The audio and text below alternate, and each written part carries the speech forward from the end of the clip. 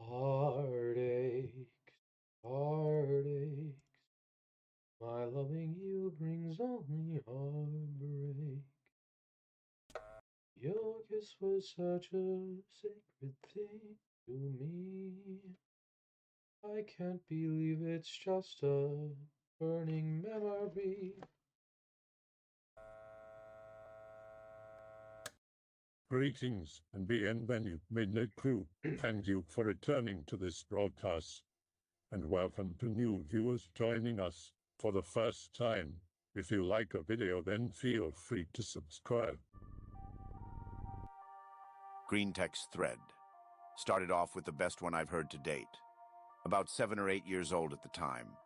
Summer break. About 1 a.m. pulling an all-nighter. Mom and Dad sleep in their own room. Grandma has been staying at our house for a few weeks, displaced from an apartment fire. She has been sleeping in the living room. I'm watching TV. Get hungry. Decide to go to the kitchen for a snack. Walk to the kitchen. Have to pass the living room doorway to get there. Look in as I walk by. Grandma is standing on the couch, staring directly at me. Turn around, run to my room and lock the doors. Man it out in my room for the night. About 9 a.m. Mom knocks on the door. Tells me not to freak out, that Grandma passed away and not to go into the living room until the ambulance arrives. Mentally disabled home. It's fine during the day, but apparently everyone who stays in the corner bedroom with the woman by the closet has fits that are almost like possession. It's scary as hell when it happens. 2 residents have been in that room and would randomly go batshit insane from time to time. Just happened last week, actually. The house itself is 22 years old and has obviously been remodeled. There are exterior lights in the living room and dining room, bathroom-style architecture in one of the bedrooms, and a couple of places where you can tell they walled up doors. We think maybe if there are ghosts, they're upset because they don't recognize the house anymore or something. Working midnight shift, playing PS3. A resident comes out, seems agitated. What's up? There's a girl in my closet messing with my purses. Nope. What? Tell her to stop it, she shouldn't be touching my things. Hell if I'm checking that closet. There's no one in there. Go to bed. Nope. For the rest of the night, a bedroom in the corner of the house. 2 people saw a woman standing by the closet in the middle of the night on separate occasions, years apart. Resident complains of a girl in the closet again. Same resident. Anon, the girl in the shower is rude. What girl in the shower? Sometimes at night she watches me when I get up to go to the bathroom. I said hi, but she never says hi back. Isn't that rude? Nope. There's no one in the shower. Yes, there is. Her name is Gretchen. Nope. How do you know that? She told me. Well, maybe she's just shy.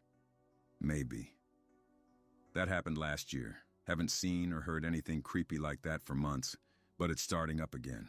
Usually it's footsteps and wailing and laughing, with visible stuff more rarely. The file cabinet thing was completely new, though the kitchen cabinets will slam with no one around sometimes. B20. Working night shift alone for a dairy company.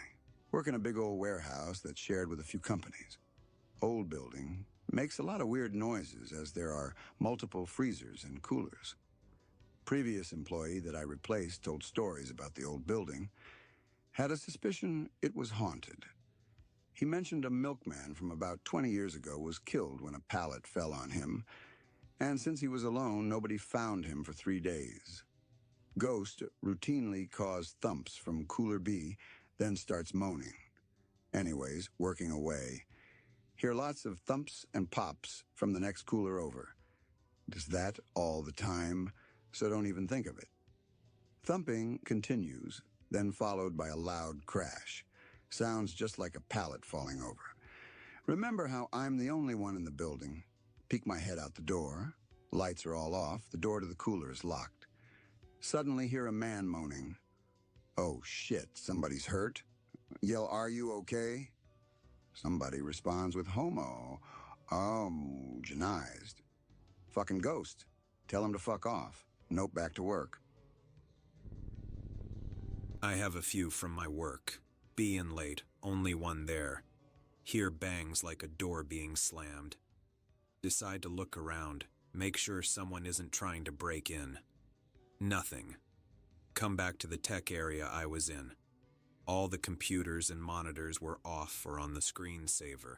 Now all of them are on the desktop, even though they all have individual passwords. Fucking nope. Leave. Another time. Get back to the shop at like 10 p.m. to drop off the work van and fill out my time card after doing an overtime job. Ghetto area, but whatever. Unlock the gate and pull into the lot, park and head inside and do my time card. Head back out to unload tools and notice a shadow running around the fence line and hiding behind trees. Figure it's some shiner, so I grab the spotlight out of the work truck and aim it on the fence line at the tree I last saw it. I see it in plain sight. It looks like one of those starving little African kids they have on those donation commercials, completely frail as it stares at me like a deer in the headlights. What hard. Swap out the spotlight for my mag light. Decide to be the hero if it's a lost kid or something, so I walk towards the fence and ask if it's okay. It runs off like a bat out of hell. Decide to leave and double lock the gate. Work at a tech company, 2-story building. The upstairs is like the movie boiler room. They wired it for phones and installed them in sockets in the floor, but otherwise there is no furniture. The entire upper floor is unpartitioned, too.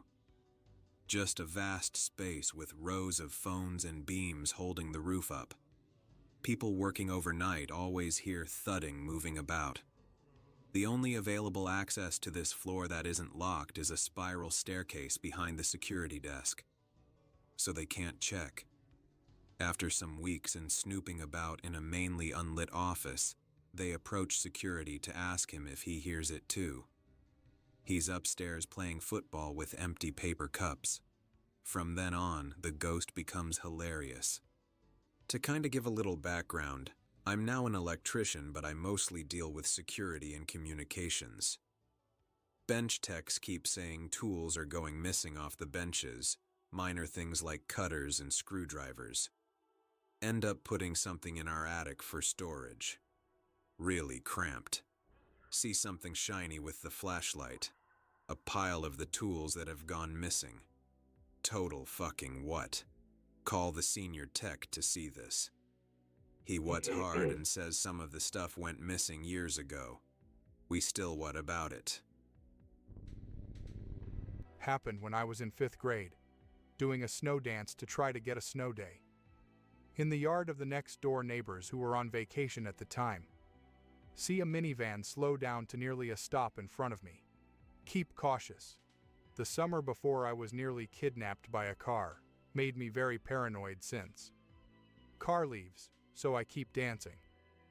10 or so minutes later, the car returns, this time on the side of the road where I am.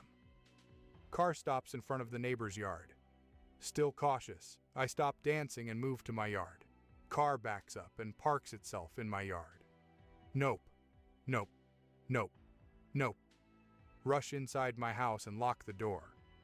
Look outside the window to see a large black man come out of the car and walk to the side of my house. Smart enough to know he wants to ambush me if I come outside. Don't go outside for a week. A few years after that, I was still paranoid enough to watch cars, keeping on high alert if they slowed down, even if they stayed for what I judged as too long at a stop sign. I'll give a little background before giving my nope story.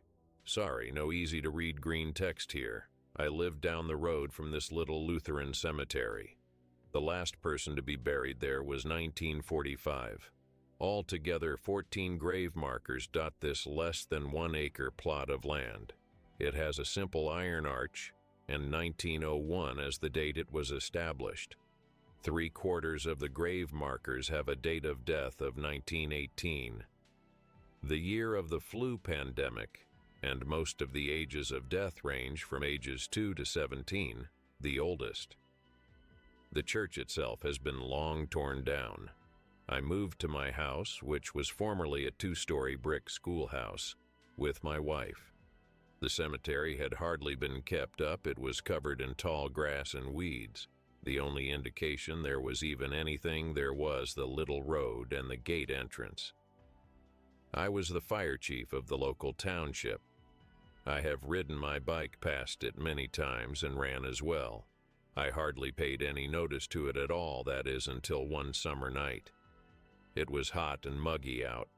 I was sleeping next to my wife when I hear what I thought was the sound of a girl crying and someone a little older yelling, "Help, help." The sound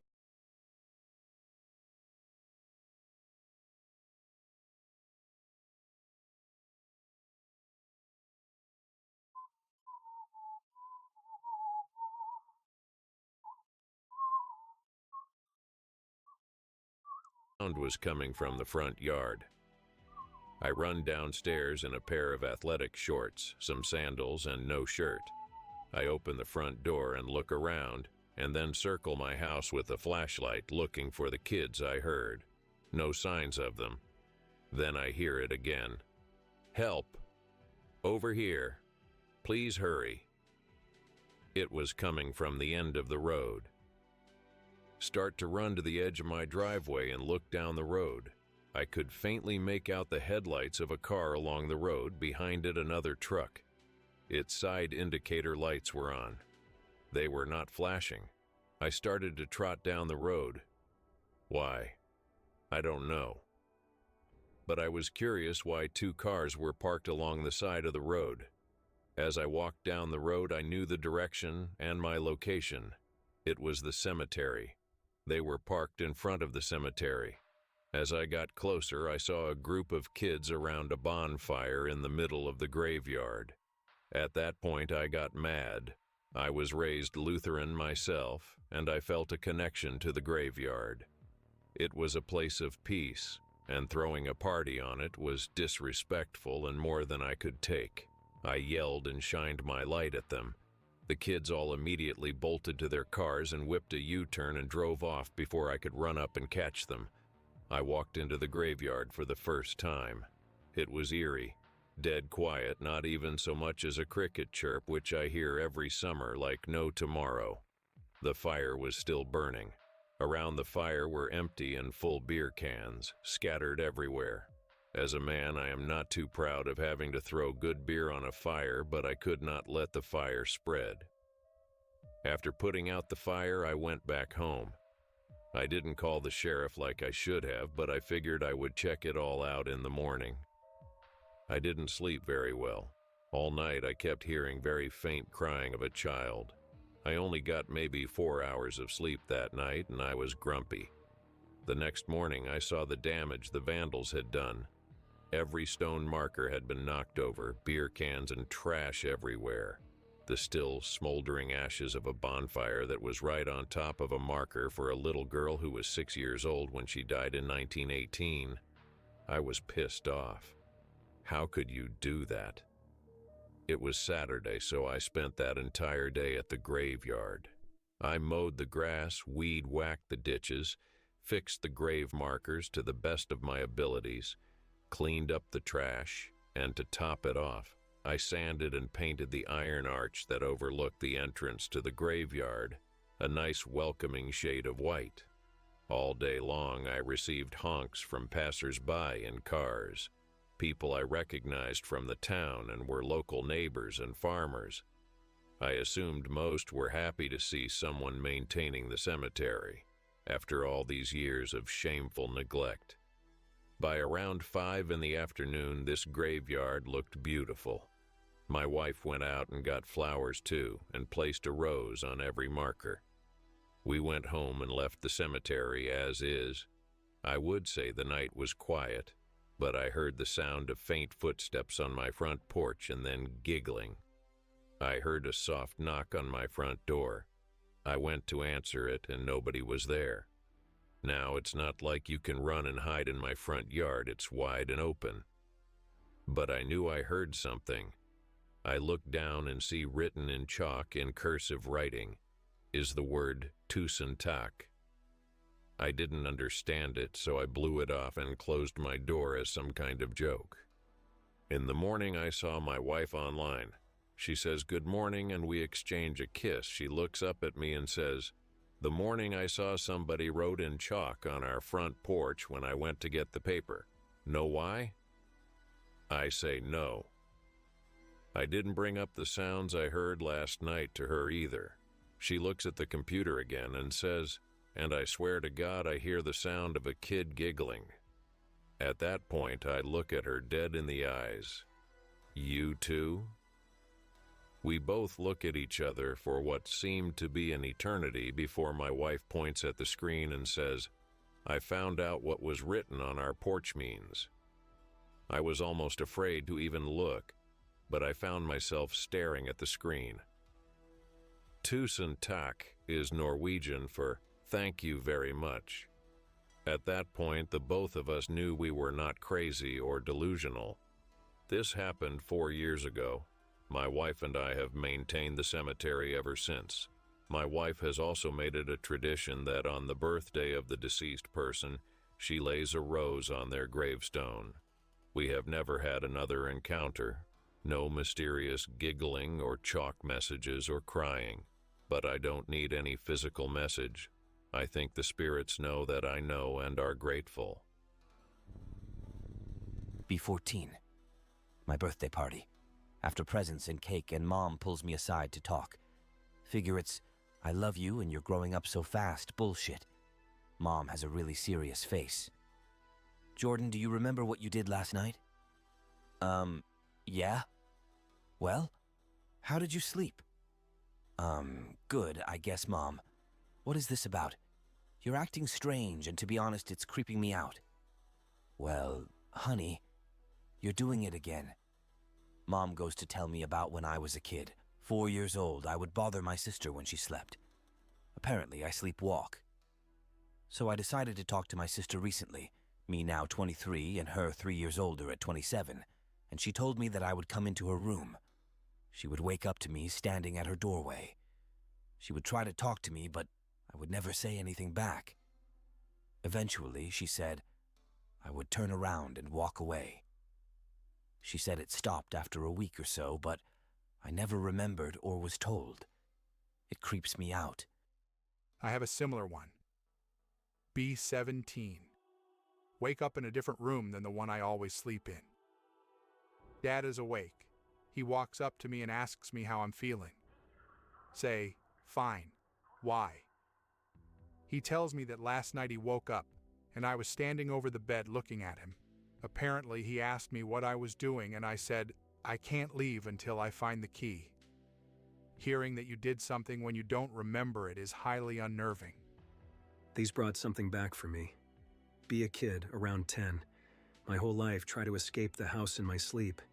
Try to unlock the front door. Mom keeps a bell on the doorknob so she'll know when I'm doing it. She gets up, asks me what I'm doing. Leaving. This happens a few times a week, goes away, sometimes only happens once a month, etc. Just really sporadic. Well, one day, once again I'm about 10, we go on vacation, and we stay on like the 6,000th floor. IDK, like the 20th floor? I don't remember. Of this sweet hotel. Open the door to the balcony. My sister-in-law, ridiculously older brother's wife, sees me as she's awake on the couch. Anan, are you okay? Yes. What are you doing? I'm gonna jump. She freaks the shit out and turns on all the lights. I seem to remember waking up on the couch and everyone's like, why do you want to die? And I'm like, what the fuck is this shit? I am 10. And then my mom's like, oh, she was asleep, she does that. So yes, I almost heroed myself in my sleep as a child. You guys are making me wonder if I do things like this without knowing. Thinking about it now, I remember a few years back waking up and going to the bathroom, laying a towel down in the bath, and going to sleep on it for no apparent reason. Woke up and thought, what in the fuck am I doing? And went back to bed. Kind of boring, but an example of what our subconscious feel the urge to do for some strange reason. My parents would tell me that as a teenager, they'd hear me screaming and pleading in my room some nights, come in and ask me what was wrong. But I'd be like, "What? Nothing. I'm sleeping," and lie back down. I have no recollection of this at all. Night terrors. I don't remember, I guess. I have constant nightmares. B12. Live in a new house. My cousin is over hanging out with us. We were all playing in my brother's room and decide to move to the living room. As we walk down the hallway, we all feel something pass us and nope all the way into the living room. We just wondered what it was. B15. Drawing on a table in the living room. In the same hallway, in the corner of my eye, I see something white with black hair move fast into the kitchen. Stay there staring in shock for about 20 minutes, waiting to see if it was Mom or someone. 20 minutes later, I see Mom go in. I ask her if she had gone earlier. Nope. Freak out internally. 19.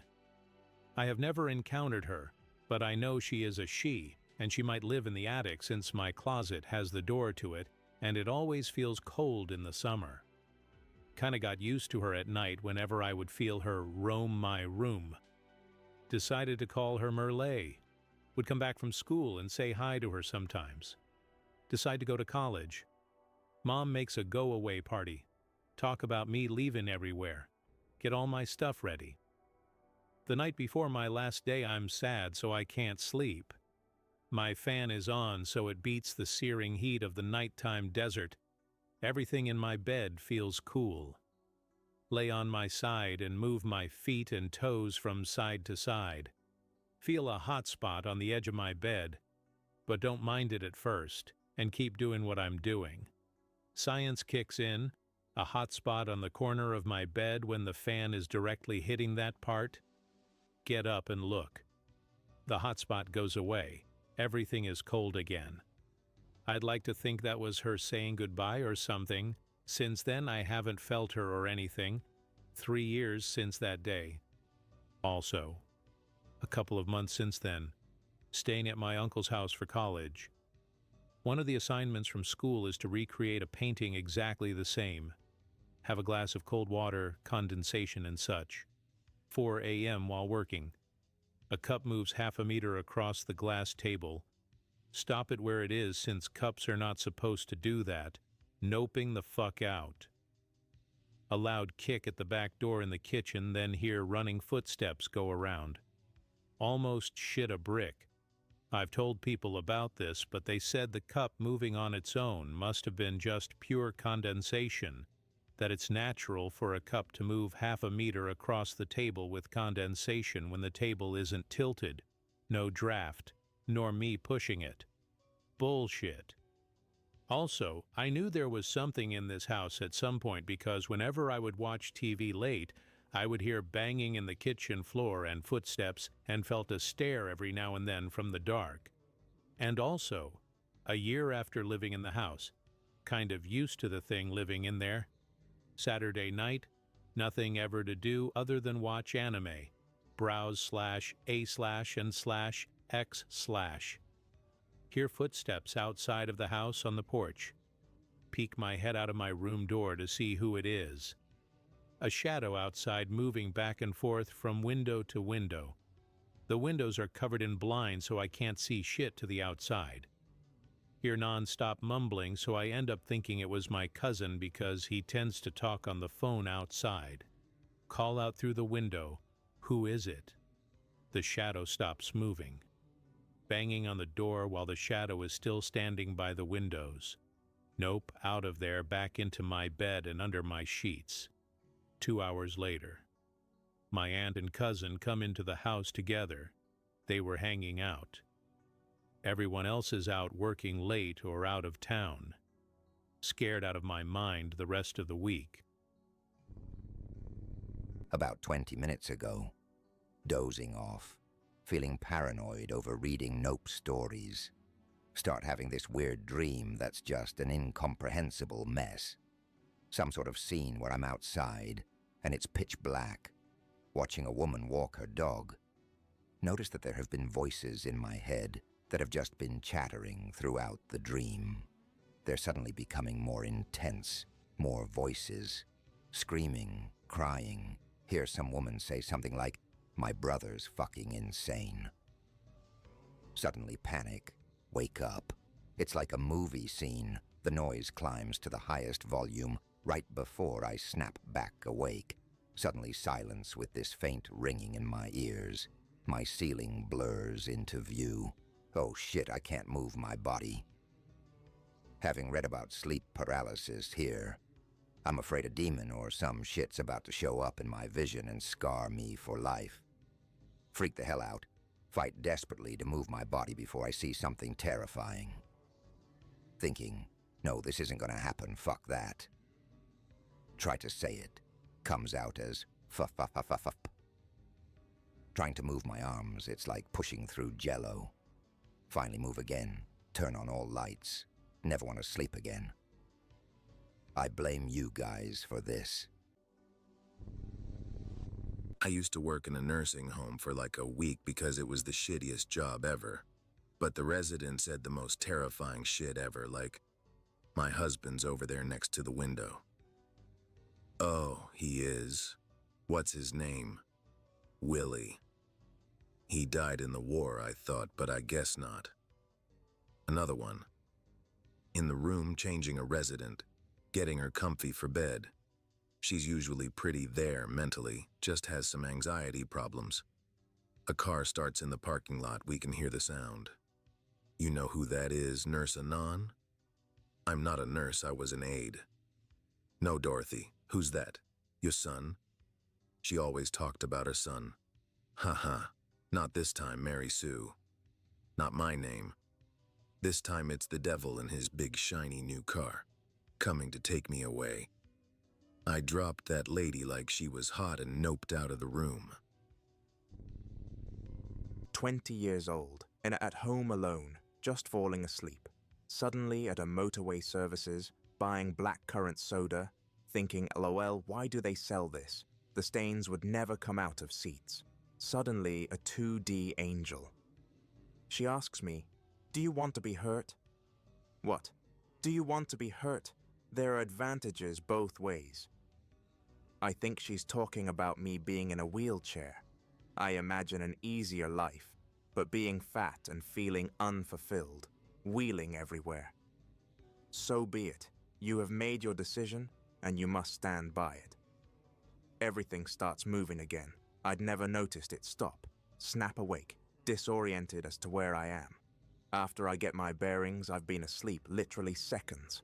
Odd.jpg. Days later. Go to the same service station. Lowell at Rabena. Same people. An hour later, he smashes his car through a wall with me in the passenger seat. Total wreck. I can't even get my door open. We're okay though. If it had happened on the next corner, it would have likely involved flying off a bridge and into trees. Suddenly it all makes sense. Nopes. Get a roommate, total bro.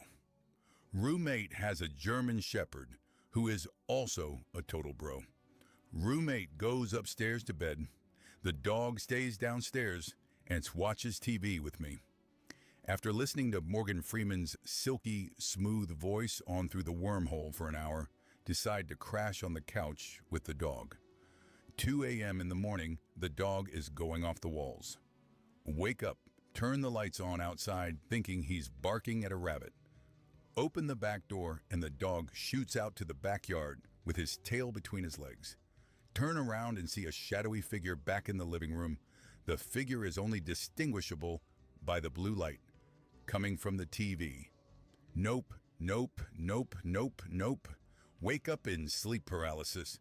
A demon is licking my face in sleep paralysis. Wake up for real. The dog has been licking my face for the last 20 minutes, had been screaming from the ordeal. My roommate records the dog licking my face while I'm kicking and flailing about like a spurg for 20 minutes. Not my story, but my parents' and friends' story, back when they lived on a farm by the beach in California. Parents' friends, a couple, are walking out towards the cliff edge for a romantic view. Sunset off the beach, coastline, the whole shebang. Acting lovey-dovey. Both standing in the tall grass and start to make out. Stop kissing each other and open their eyes to look into each other's eyes. Both of their faces are replaced with totem pole, like faces with snake tongues flickering out of their mouths. Both flip their shit and run back to the house and apartment, noped for the rest of the evening. Same location, different happening. Parents are woken up in the morning by whispering, hear children's voices whisper, "Be quiet, you'll wake them up," and then giggling. Nope. Mom's showering after getting off work early. Hears her friend come home and turn the stereo on. Yells from the shower, "Sandy, wait for me." Tells her she wants to go out with her. Gets out and hears the stereo turn off. Looks around, but no one to be found. Gets pissed. Later talks to her friend about the incident. Friend tells her she hadn't been home yet. Over time, they have a lot of stories about that farmhouse. It was a nice-sized ranch house with a pen for horses, surrounded by tall, grassy fields. Tall pine trees lined the edge of one side of the field. At the other end was the cliff edge where the beach was. Live in Australia, in a town where you can be in the suburbs 1 minute and thick, wild bushland the next. Go for a jog, late at night, I often do. Decide to jog over one of the many mountains looming over my suburban area. Dark as shit, obviously. Hear a series of totally fucked up, horrific, brutal emotion-sparking, tear-inducing screams which sounded like the wails of a little girl being brutally stabbed to death just meters away from me. There was so much emotion and pain in the screams that they made me personally feel or imagine feelings of terror like that which I had never even considered to exist. Totally lose my shit and nope the fuck out of there at full speed. Run into a fence, flip over and roll down a hill and shit, still running while I'm rolling, still rolling while I'm running. Leg it all the way back home like Kathy Freeman. After I chilled out, I realized it was most likely just an animal dying or some shit. But the sound was so horrifying, I didn't even pause to consider any possibility other than getting away from that place as fast as I could. I hope that you enjoyed tonight's broadcast. If you enjoyed tonight's story, then please subscribe to the channel as more green texts will appear daily. A new broadcast will appear when the clock strikes midnight Central Time.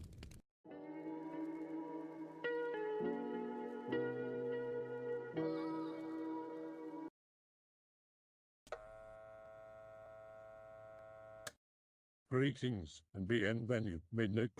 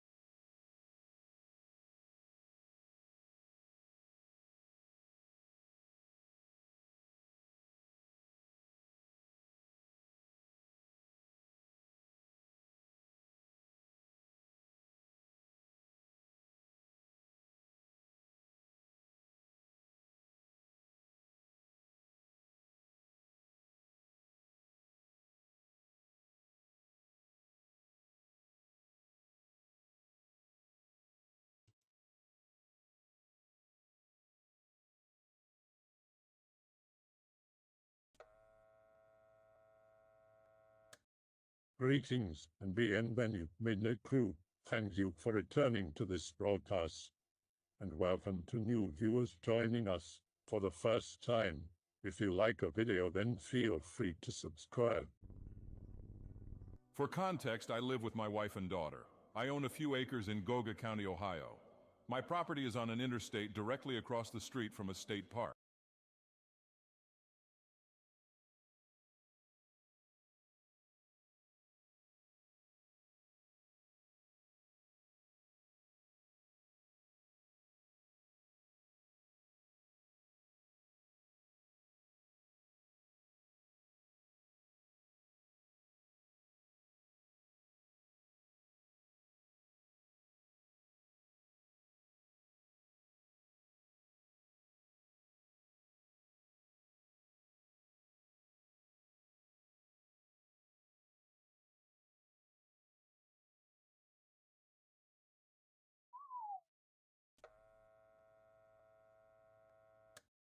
Greetings and bienvenue, Midnight Crew.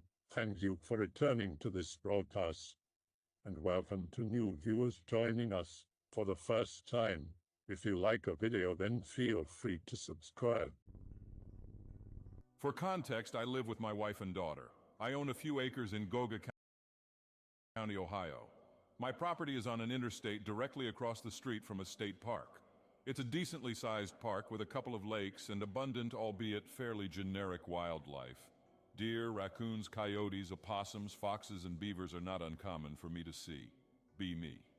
Late summer 2022, chatting with some friends on my PC. My dog starts going crazy in the backyard. She is a black 60-ish pound Beagle Lab mix and is usually a very quiet, non-vocal dog, so her hollering has me a bit alarmed. Go check it out. Wearing my wireless headphones that have pretty decent range throughout my house, so I can continue talking to my friends. Inform them about what I'm doing so we can pause our heated conversation. Expect to encounter a raccoon or a possum since I recently lost a couple chickens to a nocturnal predator. So I grab the double-barrel 12-gauge break action fun gun I keep above the back door. Open my back door and see my dog barking with her back to me. We are illuminated by my motion-sensitive floodlights that do a decent job of lighting up a 30-yard radius of my deck and surrounding yard and woods. I tell her to calm down. She keeps barking. Almost ignoring that I'm even there, she's just barking her furry face off at a lone bush about 10 yards away from my back door. As I'm telling her to shush, I see what I can only describe as the top hemisphere of a volleyball poking up from behind the bush. It was bright white and almost fuzzy from the floodlights. As soon as my brain is capable of saying WTF, it violently jerks downward, fully obstructing itself from us with the bush. I am still thinking in terms of raccoons, opossum, maybe even deer. I'm still trying to process what this is, but I already know that it has nowhere to go without exposing itself to me. There are only two options for egress. One, up the nearest tree, which is 5 yards to the right of the bush, and still another 80 feet from the ground to the first branch. Two, directly away from the house up a hill fully exposed. My dog's jimmies are fully rustled, barking non-stop at the bush like, "Shoot the bush I'm barking at, you dipshit," shoulder the shotgun.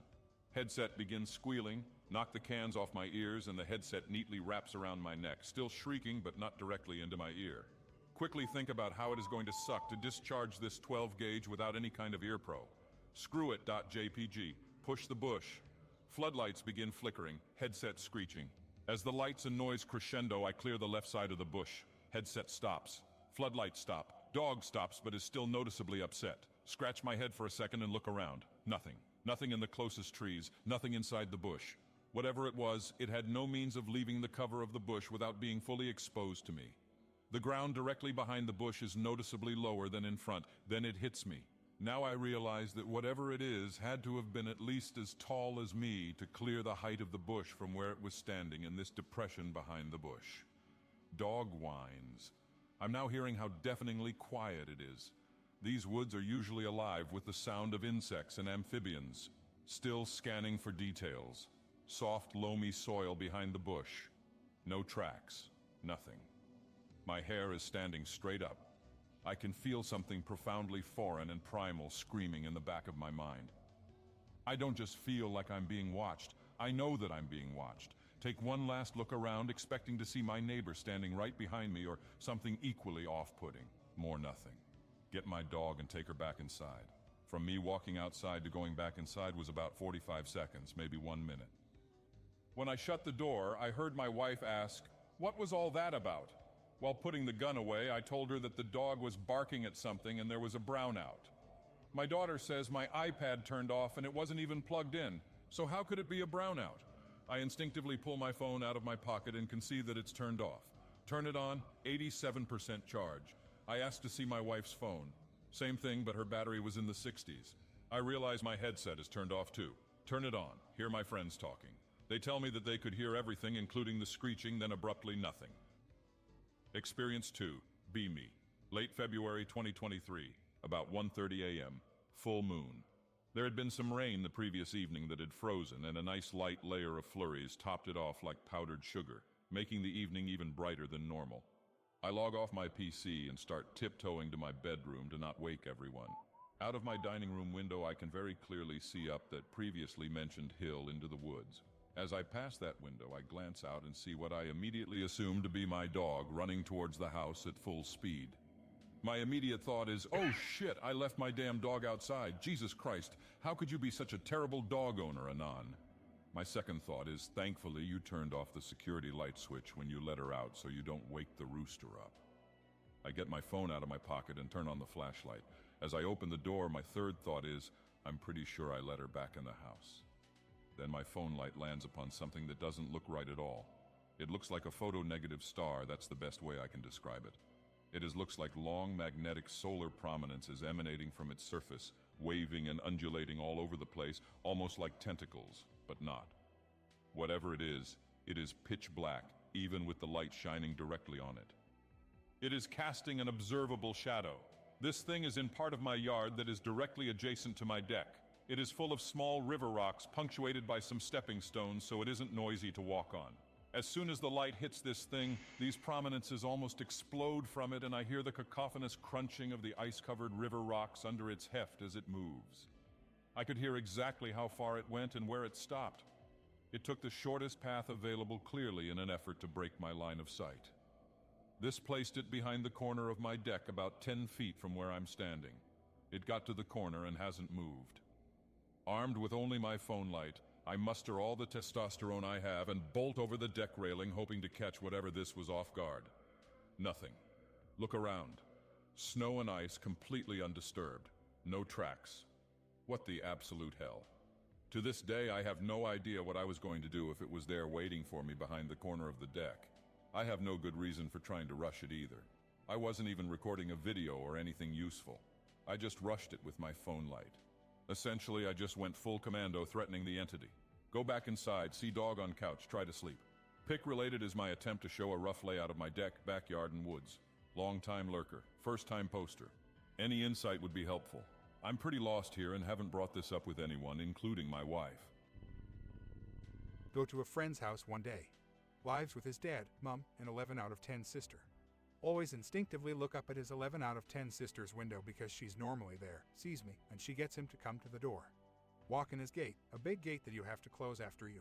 Look up at the window. 11 out of 10 is not there, but their mom is. Wave to her. She doesn't wave back, she just stares at me. I hope I haven't turned up in the middle of a domestic situation. Turn around and close the gate. Turn back around and his mom has already opened the front door. Greets me warmly and is as cheerful as she ever is. Look up at 11 out of 10 window. No one there. His mom apologizes that she's just on her way out and friend isn't home. Tells me I'm welcome to sit in and wait for him in his room if I want to because he shouldn't be long. Ask her if his dad will mind if I chill with him until the friend gets back instead. He wouldn't, but he isn't home. Ask if 11 out of 10 is home. Nope, it's just her right now. Have to ask her how she got downstairs so fast. Looks totally puzzled. Asks me again if I want to wait for him because she has to get going. Tell her I'll just wait in the street for him because it's a nice day. I've known them all for years. It wasn't uncommon for me to be in their house by myself. But that was the first time anything spooky happened. Things happened after that for a while and then just stopped. It was weird, but only me and friends seemed unnerved by any of it. Okay, I guess I'll tell one of my few interesting stories. Basically, this is how carbon monoxide poisoning messed me up, and how I believe it has a stronger or even paranormal impact on the human brain than what most science thinks. 16 at the time of happening. Autistic and a little emotional, but nothing actually crazy. Live in a rundown house. Not really that bad, but everything in it was old I would keep and half going. broken. Winter, freezing cold but outside. I ran out of... Turn on the heater so I don't turn into a popsicle. One of those old gas heaters, the kind that insurance companies refuse to cover anymore. Have a pet snake that basically requires me to keep the house warmish 24/7. That'll be it for today. Thanks everybody for watching. See you next stream / video.